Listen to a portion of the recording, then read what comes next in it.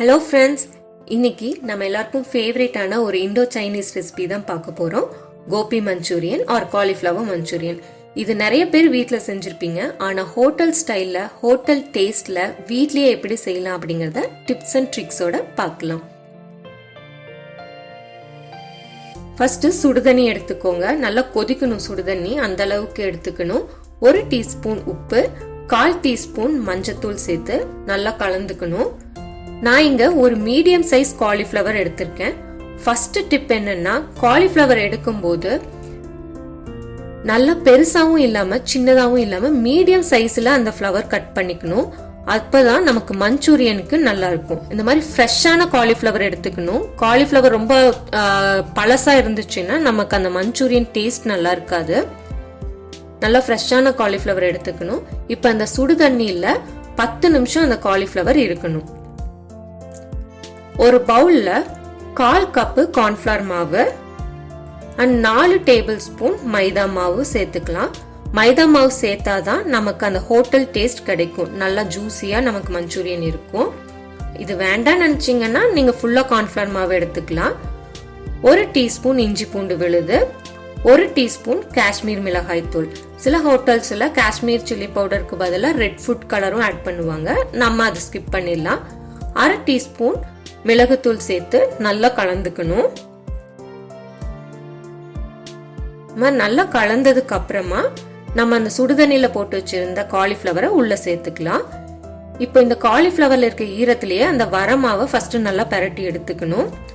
அதுக்கப்புறமா அளவு பார்த்துட்டு லைட்டா தண்ணி தெளிச்சு ஆட் பண்ணணும். ரொம்ப தண்ணி ஆட் பண்ணிடாதீங்க, இல்லைன்னா மாவு தனியாவும் காலிஃப்ளவர் தனியாவும் போயிடும். இப்போ உப்பு சேர்த்துக்கலாம். ஆல்ரெடி வேக வைக்கும் போது உப்பு சேர்த்திருக்கோம், அதனால உப்பு அளவு பார்த்துட்டு சேர்த்துக்கோங்க. எண்ணெய் நல்லா காஞ்சதும் அந்த காலிஃப்ளவரை ஆட் பண்ணிக்கலாம். மீடியம் ஃப்ளேம்ல வச்சு பொரிக்கணும். ஏன்னா ஹை ஃப்ளேம்ல வச்சீங்கன்னா வெளியில எல்லாம் கரிஞ்சிருக்கும், உள்ள வெந்திருக்காது. ரொம்ப லோ ஃப்ளேம்லயும் வைக்க கூடாது, ரொம்ப டைம் எடுத்துக்கும், எண்ணெயும் உரியும். மீடியம் ஃப்ளேம்ல வச்சு கொஞ்சம் டைம் எடுத்தாலும் நமக்கு நல்லா உள்ளெல்லாம் வெந்திருக்கும். ஃப்ரை பண்ணி எடுத்துக்கணும். நம்ம இங்க மஞ்சூரியன் செய்ய போறதுனால ஒரு ஃப்ரை போதும். சப்போஸ் நீங்க கோபி சில்லியா சாப்பிடணும், அப்படியே சாப்பிடணும்னு நினைச்சீங்கன்னா இது செகண்ட் டைம் ஃப்ரை பண்ணி எடுத்துக்கிட்டீங்கன்னா இன்னும் நல்லா கிறிஸ்பியா வரும்.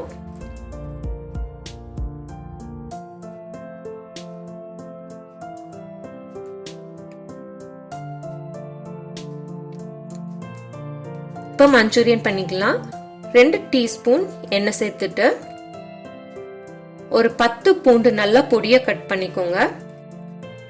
ஒரு பெரிய வெங்காயம் அதையும் பொடியா கட் பண்ணிட்டு நல்லா வதக்கிக்கலாம். கோல்டன் பிரவுன் வர வரைக்கும் நல்லா வதக்கணும். நல்லா கோல்டன் பிரவுன் வந்துச்சு. இப்போ 1/2 குடமிளகா நல்லா தின்னா கட் பண்ணிருக்கேன் ஸ்லைஸா, அதை ஆட் பண்ணி 3 நிமிஷம் நல்லா வதக்கிக்கலாம். கொஞ்சம் கருவேப்பிலை, 2 பச்சை மிளகாய் நீட்டமா எடுத்து கட் பண்ணிருக்கேன், அதையும் சேர்த்து நல்லா வதக்கிக்கலாம். 1 டேபிள் ஸ்பூன் கார்ன்ஃபிளவர்ல தண்ணி சேர்த்து நல்லா கட்டி இல்லாம கரைச்சுக்கோங்க. அடுப்பை லோ ஃப்ளேம்ல வச்சுட்டு இந்த கரைச்ச கார்ன்ஃபிளவர் தண்ணியை உள்ள ஆட் பண்ணிக்கலாம். இப்போ சாஸ் எல்லாம் ஆட் பண்ணிடலாம். 1 tablespoon red chilli sauce சேர்த்துக்கலாம். ரெட் சில்லி சாஸ் இல்லைன்னா கிரீன் சில்லி சாஸும் சேர்த்துக்கலாம்.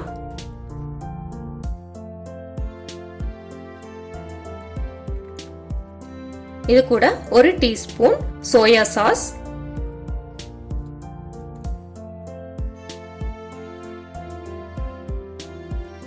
1 டீஸ்பூன் வினிகர் சேர்த்து நல்லா கலந்துக்கலாம்.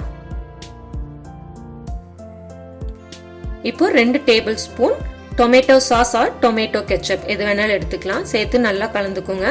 ஆல்ரெடி இந்த சாஸ்லயே உப்பு இருக்கும். இந்த ஸ்டேஜ்ல டேஸ்ட் பார்த்துட்டு உப்பு பத்தலைன்னா இன்னும் கொஞ்சம் உப்பு சேர்த்துக்கோங்க. கன்சிஸ்டன்சி மஞ்சூரியனுக்கு இதுவே கரெக்டா இருக்கும். சப்போஸ் இன்னும் தின்னா வேணும், தண்ணியாட்ட வேணும்னு நினைச்சீங்கன்னா அந்த கார்ன்ஃபிளவர் கரைச்சு ஊத்தணும்ல, அதுலயும் இன்னும் கொஞ்சம் மறுபடியும் தண்ணி ஆட் பண்ணி நீங்க கரைச்சுக்கலாம். இப்போ பொரிச்சு வச்சிருந்த அந்த கோபி சில்லி சேர்த்து ஒரு 4 நிமிஷம் மீடியம் ஃப்ளேம்ல வச்சு நல்லா வணக்கிக்கோங்க. அப்பதான் நமக்கு அந்த ஹோட்டல்ல கிடைக்கிற மாதிரி நல்லா அந்த காலிஃப்ளவர் ஜூஸியா மாறும். இப்போ பாருங்க அந்த சாஸ் வந்து நல்லா கலந்துருச்சு, ஜூஸியா இருக்கு. அவ்வளோதான், ஹோட்டல் ஸ்டைல்ல நமக்கு காலிஃப்ளவர் மஞ்சூரியன் ரெடி ஆயிருச்சு. இது நல்லா சூடா சாப்பிட்டாதான் நல்லா இருக்கும். கண்டிப்பா ட்ரை பண்ணி பாருங்க.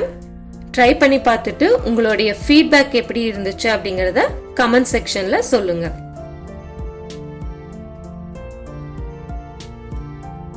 அவ்வளோதான், ஹோட்டல் ஸ்டைல்ல காலிஃப்ளவர் மஞ்சூரியன் ரெடி. தேங்க்யூ.